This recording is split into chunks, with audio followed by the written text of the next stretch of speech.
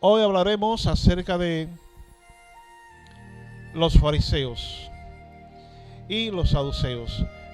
Para este tema me acompaña la pastora Noelia Altagracia Vázquez y Rosario Cáceres.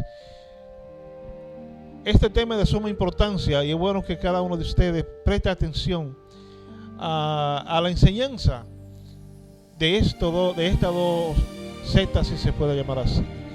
Pero vamos a ver, ¿quiénes eran los fariseos, hermana pastora?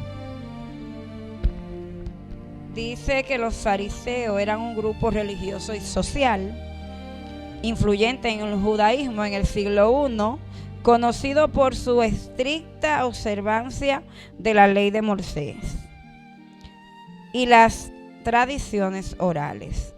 Su nombre en hebreo significa separado. La palabra fariseo, su significado es separado, reflejando sus deseos de apartarse de las impurezas y seguir fielmente la Torá.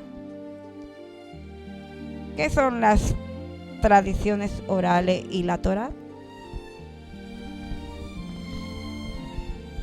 Algo muy importante que tú tocaste en la lectura y es, ¿qué significa fariseos? Significa apartarse de la impureza, apartarse del mal. Pero analizando yo como que ese nombre o esa definición como que no encaja mucho, porque ellos hicieron lo contrario a lo que significa ser fariseo, ¿no? ¿Verdad que sí? Entonces, pero ¿qué son las tradiciones orales? ¿Y cuál es la diferencia entre la Torá, que es el libro que está compuesto por los primeros 5 libros de la Biblia, y las tradiciones orales? Bueno, las tradiciones orales eran normas, mandamientos de hombres. Es decir, eran un conjunto de interpretaciones, enseñanzas y normas, pero creadas por el hombre. Desde el principio, o desde la época de Moisés, para no irme tan lejos, se venía con esa enseñanza de las tradiciones orales más la ley de los 10 mandamientos. Entonces, las interpretaciones orales eran unas enseñanzas y normas transmitidas verbalmente de generación en generación por los líderes religiosos judíos. Estas tradiciones no estaban escritas en la Torá, ley de Moisés, pero eran consideradas fundamentales para la vida práctica religiosa. Es decir, que ellos llevaban las tradiciones orales igual como si fuera un mandamiento de la Biblia. Hermano Rosario, démonos algunos ejemplos de las tradiciones orales. Entre ellos están el lavarse las manos antes de comer, algo que consideramos bastante factible para lo que es la higiene, la salud, pero no podemos ponerlo como si fuera un mandamiento bíblico. En realidad, ahí es que radica realmente el problema. Cuando llevamos algunos sentir nuestro o algunos ideales nuestros a ponerlo como si fueran mandamientos bíblicos. Entonces vinieron a Jesús los escribas y los fariseos de Jerusalén diciendo: ¿por qué tus discípulos quebrantan la tradición de los ancianos? Ellos le preguntaron a Jesús esto, dice: porque no se lavan las manos cuando comen. Esto está en Mateo 15 del 1 al 2. Estas eran tradiciones orales, no mandamiento de la ley. Los líderes habían establecido rituales de purificación más allá de lo que Moisés ordenó. Jesús lo confrontó diciendo: en vano me honran, enseñando como doctrinas mandamientos de hombre. Pastor, hoy día existe eso aquí en el pueblo de Dios. las tradiciones orales o los fariseos, o ¿cuál de ellos? Es que ya las tradiciones orales se convierten en cultura y ya para algunas personas hay cosas que no están en la Biblia, pero ellos entienden que si no se hace eso, pues está mal. Entonces, sí, hay tradiciones orales en todos los países. O sea, eso no se ha acabado. Entonces, pero ahí hablaba de lavarse las manos, como usted acaba de decir. A nivel de higiene está excelente, pero no me lo ponga como un mandamiento, como si fuera un mandamiento de ley o algo espiritual. Está muy bien lo que dicen, excelente, pero no es un mandamiento de Dios. Entonces, también estaban las prohibiciones de cargar o sanar en el sábado. En el sábado no se podía hacer nada o muy poca cosa, lo que ellos habían establecido. Entonces, no podían caminar más de cierta distancia. No podían curar a nadie ese día. Ustedes recuerdan que Jesús sanó a un paralítico y ya ustedes saben lo que pasó. Que le reprocharon que por qué sanaban el día de reposo. Yo me imagino que si hubiese sido un familiar de ellos, se hubiesen quedado callados, ¿no, verdad? Pero como no era nada de ellos, y bueno, entonces no se podía arrancar espigas tampoco, y eso también les reprocharon a los discípulos de Jesús que hicieron eso. Pero perdón, pero esos son mandamientos de hombre, y el mandamiento de hombre está por debajo de los mandamientos de Dios. Entonces Jesús enseñó que el sábado fue hecho para los hombres, no el hombre hecho para el sábado. Tradiciones sobre comer con pecadores, hermana pastora. Dice que al ver esto los fariseos dijeron a sus discípulos: ¿por qué come vuestro maestro con los publicanos y pecadores? Mateo 9:11. Según las tradiciones orales, comer con los pecadores se contaminaba espiritualmente. Pero Jesús rompió esas barreras. No he venido a llamar a justos, sino a pecadores al arrepentimiento, según el versículo 13 de Mateo 9. Jesús mostró que la santidad no se pierde por tocar al impuro, sino que la pureza de Dios se transforma al impuro. Muchas veces en ciertas religiones le prohíben a sus miembros que se junten con X o Y si no son iguales.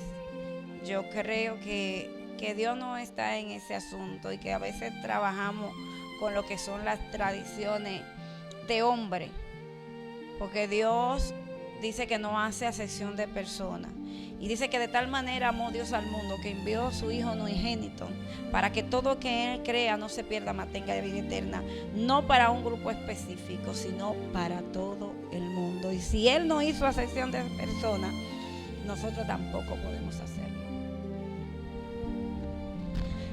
Eso es así. Y como dijo Jesús, el sano no necesita de medicina. El sano no necesita ir a un médico. Es el enfermo. Entonces, ¿a quién tenemos que visitar? ¿Al sano o al enfermo? Entonces, pero Jesús, como decimos un buen dominicano, se la cantó de una vez ahí. ¿Qué pasa con muchas personas que por la mala enseñanza, diría yo, no se juntan con inconversos? Porque como son santos, si se juntan con los inconversos, se pueden contaminar. Entonces, ¿cómo tú le vas a predicar a un inconverso? Tú lo que no puedes hacer es irte a una discoteca con un inconverso a tomar, pero tú puedes compartir con un inconverso. ¿Quién dijo que no? ¿Y qué pasa si tú eres padre y tienes hijos que no son cristianos? ¿No vas a compartir con ellos? Entonces, las personas más necesitadas son aquellas personas que no han aceptado a Cristo como su Salvador. Y ahí es que nosotros tenemos que llegar. Jesús le dijo que el sano no necesita medicina, sino el enfermo. Entonces, analiza bien bíblicamente cuando a ti te prohíban juntarte con alguien, un líder o quien sea. Analiza bien qué dice la Biblia acerca de eso. Nosotros a veces vemos que la santidad está en algo o en un objeto. Por ejemplo, creemos que la santidad está en la ropa. Hay un código de vestimenta para el cristiano. Si tú te sales de ese código, entonces ya tú estás en pecado. Pero Dios no va a ver la ropa para juzgarte. No, Dios ve el corazón. Si tu corazón está limpio, entonces tranquilo que tú estás bien. Pero no juzguemos o no nos apartemos de las personas que todavía no conocen a Cristo, porque no somos santos. Aún nosotros que somos cristianos, que estamos llamados a ser santos, no podemos apartarnos del mundo. Entonces, tradiciones sobre los ayunos. ¿Por qué nosotros y los fariseos ayunamos muchas veces y tus discípulos no ayunan? Preguntan los fariseos. Los fariseos habían establecido días fijos y reglas de ayuno que no estaban en la ley de Moisés. Jesús le enseña que el ayuno no es un rito, sino una relación. Vendrán días cuando el esposo les será quitado, entonces tendrán que ayunar. Mientras los discípulos estaban con Jesús, no tenían necesidad de ayunar porque estaban con Dios. Estaban con el mismo Dios que los respaldaba a ellos en todos. Entonces no había necesidad. Pero ellos tenían esa regla o normas, tradiciones orales, que para ellos era lo mismo que si fuera dicho por el mismo Moisés. La Torá. ¿Qué es la Torá, pastora? Dice que la Torá es una enseñanza, doctrina o teoría. Es el libro sagrado y fundamental de la religión judía. En otras palabras, es la compilación de los primeros 5 libros de la Biblia hebrea. Génesis, el comienzo, la creación, el llamado de Abraham y los patriarcas. Éxodo, la liberación de Egipto, el pacto y los 10 mandamientos. Levítico, las leyes sacerdotales, sacrificio y santidad. Número, la organización del pueblo en el desierto. Y Deuteronomio, la repetición de la ley antes de entrar a la tierra prometida. Entonces, ¿puede un cristiano obviar la Torá o no leerla porque se llama la Torá? ¿O porque ciertas religiones o instituciones la usen? No, la Torá no es malo porque es la compilación de 5 libros. Y nosotros tenemos esos 5 libros. Ahora, ¿qué es lo que pasa? ¿Cuál es la diferencia?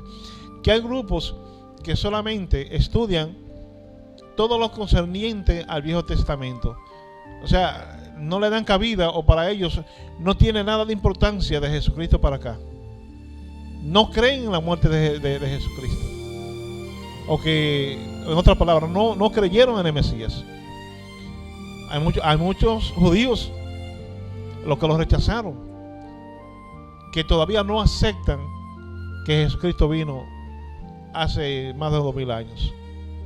Entonces, ellos se han quedado con la Torá, con los 5 libros, con los que acabamos de mencionar. Pero sí, usted puede leerlo. ¿Quién dijo que no? Pero tienen que entender que la Biblia consta de 66 libros. La Biblia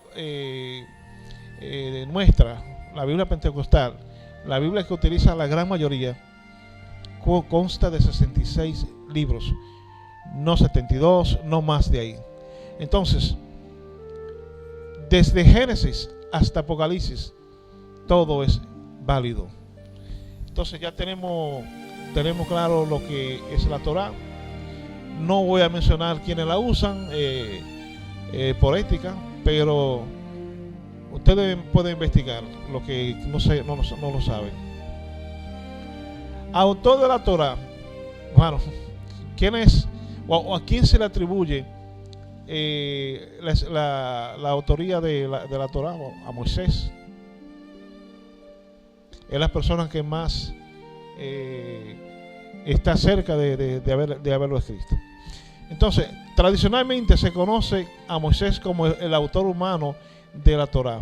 Fue escrito bajo inspiración divina, lo que significa que cada instrucción fue revelada directamente por Dios.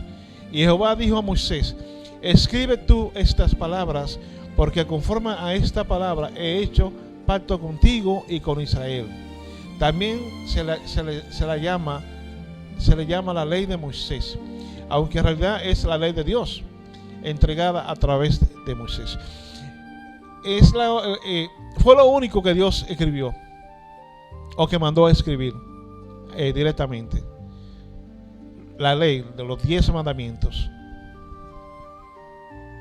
Lo demás fue por inspiración divina. Vamos a ver el origen y posición social de los fariseos. Hermano Rosario.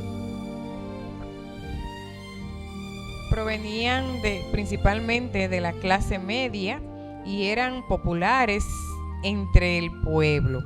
Su influencia estaba en la sinagoga y en las enseñanzas de la ley. Por Cristo les enseña, que la salvación es para todo el mundo. Jesús pronuncia esta palabra después de que Zaqueo, a un recaudador de impuestos despreciado por el pueblo, demuestra arrepentimiento genuino al decir que devolverá lo que ha robado y dará la mitad de sus bienes a los pobres. Ese momento Jesús declara públicamente su restauración.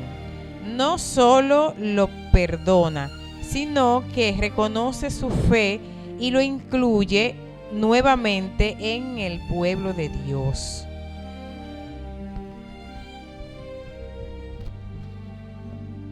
Entonces, vimos que con la visita de Jesús se convierte Zaqueo. Y él estaba tan arrepentido de lo que había hecho que iba a devolver parte de dinero de su fortuna que había recaudado. Entonces, ¿fue prudente que Jesucristo se juntara con un pecador? Claro que sí. Claro que sí. Porque tuvo su fruto. Uno de los personajes más odiados, bueno, de hecho, yo creo que todo el que recolectaba impuestos en esa época era odiado por el pueblo.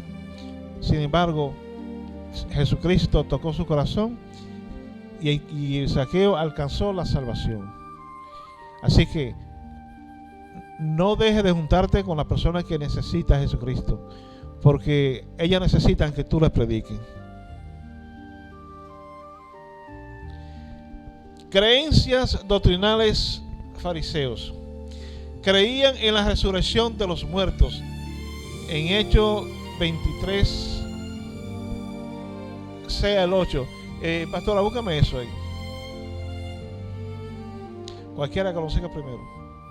Hechos 23, 6 al 8.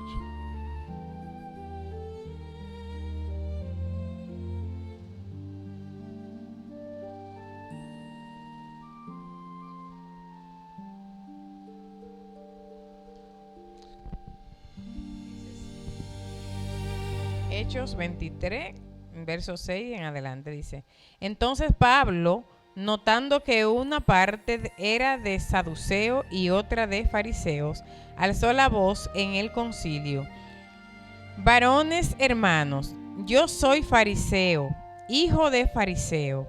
Acerca de la esperanza y de la resurrección de los muertos se me juzga. Cuando dijo esto, se produjo disensión entre los fariseos y los saduceos, y la asamblea se dividió, porque los saduceos dicen que no hay resurrección, ni ángel, ni espíritu, pero los fariseos afirman estas cosas. Entonces, los fariseos creían en la resurrección, aceptaban la existencia de ángeles y espíritu, como usted acaba de leer, a diferencia de los saduceos. Sostenían una interpretación oral de la ley, complementando la Torá con tradiciones rabínicas. ¿Qué eran las tradiciones rabínicas? Bueno, eran las mismas tradiciones orales, lo único que ya no eran orales. Ahora ya estaban escritas, por eso se le llaman tradiciones rabínicas.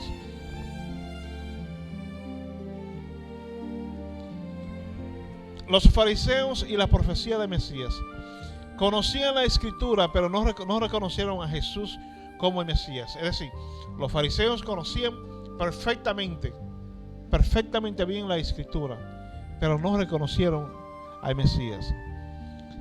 Esperaban un líder político que los librara de Roma. Jesús vino a traer un reino espiritual, no terrenal. Entonces, por eso es que se van a dejar engañar del anticristo, porque él sí va a venir como una persona fuerte, aguerrida, valiente, como ellos lo esperaban. Entonces, por eso van a ser engañados. Jesús lo que vino a traer un reino espiritual. El pueblo oprimido por Roma soñaba con un libertador militar. Esperaban un nuevo David que venciera ejércitos, no un cordero que venciera el pecado.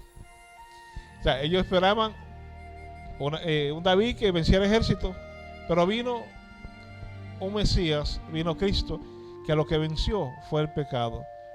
¿Y qué es más grande? ¿Que venciera el ejército o vencer el pecado? ¿Qué tú opinas?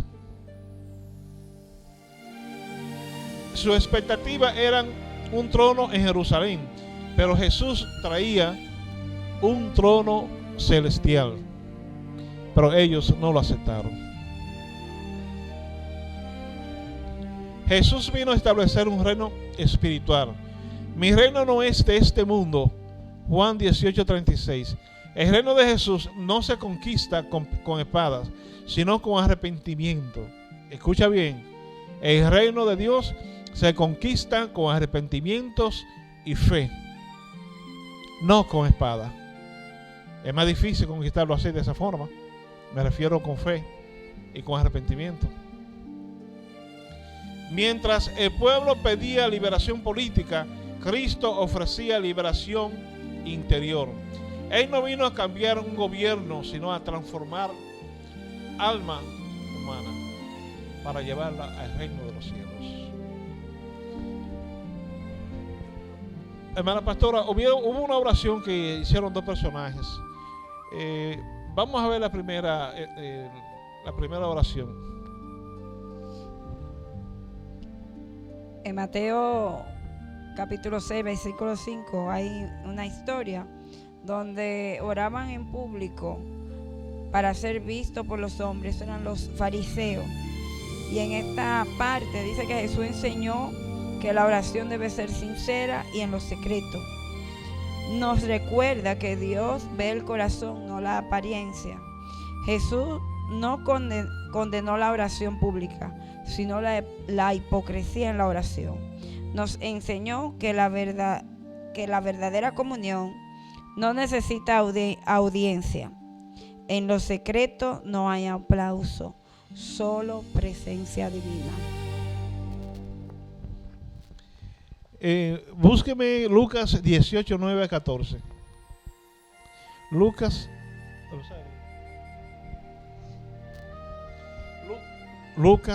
18, 9 y 14.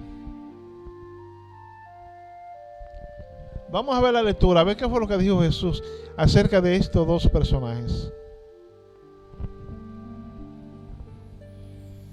Lucas 18, verso 9, dice así: a unos que confiaban en sí mismo como justo y menospreciaban a los otros, dijo también estas parábolas. 2 hombres subieron al templo a orar. Uno era fariseo y el otro publicano. El fariseo, puesto de pie, oraba consigo mismo de esta manera: Dios, te doy gracia porque no soy como los otros hombres, ladrones, injustos, adúlteros, aun como este publicano. Ayuno 2 veces a la semana, doy diezmo de todo lo que gano. Mas el publicano estaba lejos, no quería ni aún alzar los ojos al cielo, sino que se golpeaba el pecho diciendo: Dios, sé propicio a mi pecador. Dos personajes, dos oraciones. ¿Con cuál de estos dos personajes tú te identificas? No, yo estoy seguro que con el publicano, porque así actúa el pueblo de Dios. El primero decía con orgullo: porque yo diezmo, yo ayudo a los pobres, hago tal cosa. Recuerda que lo que tú haces con la mano derecha no lo puede saber la mano izquierda. Y nosotros no podemos ser políticos, que son las únicas personas que dan y se graban para allantar al pueblo y decir que ellos dan. Nosotros trabajamos para el reino de los cielos y tenemos que saber o actuar con sabiduría. Porque yo hago tal cosa. Yo te aseguro que, como dice la Biblia, ya tú recibiste tu recompensa. Pero el otro humildemente no sabía ni qué decir, no le salían palabras. Solo como darse en el pecho: perdóname, Señor. Y según dice la Biblia, ¿quién usted cree que recibió más perdón?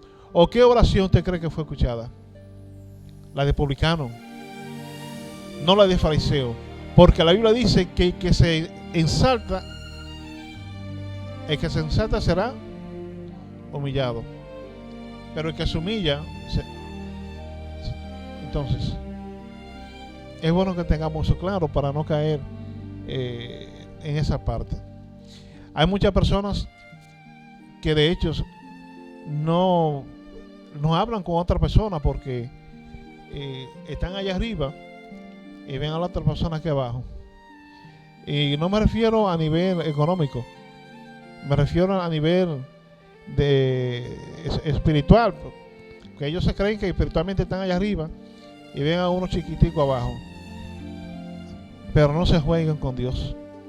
Si verdaderamente quieres servir a Dios, no actúe de esa forma. Entonces, el publicano, su oración fue escuchada. Salieron los dos. Uno salió bendecido y el otro no. Amén.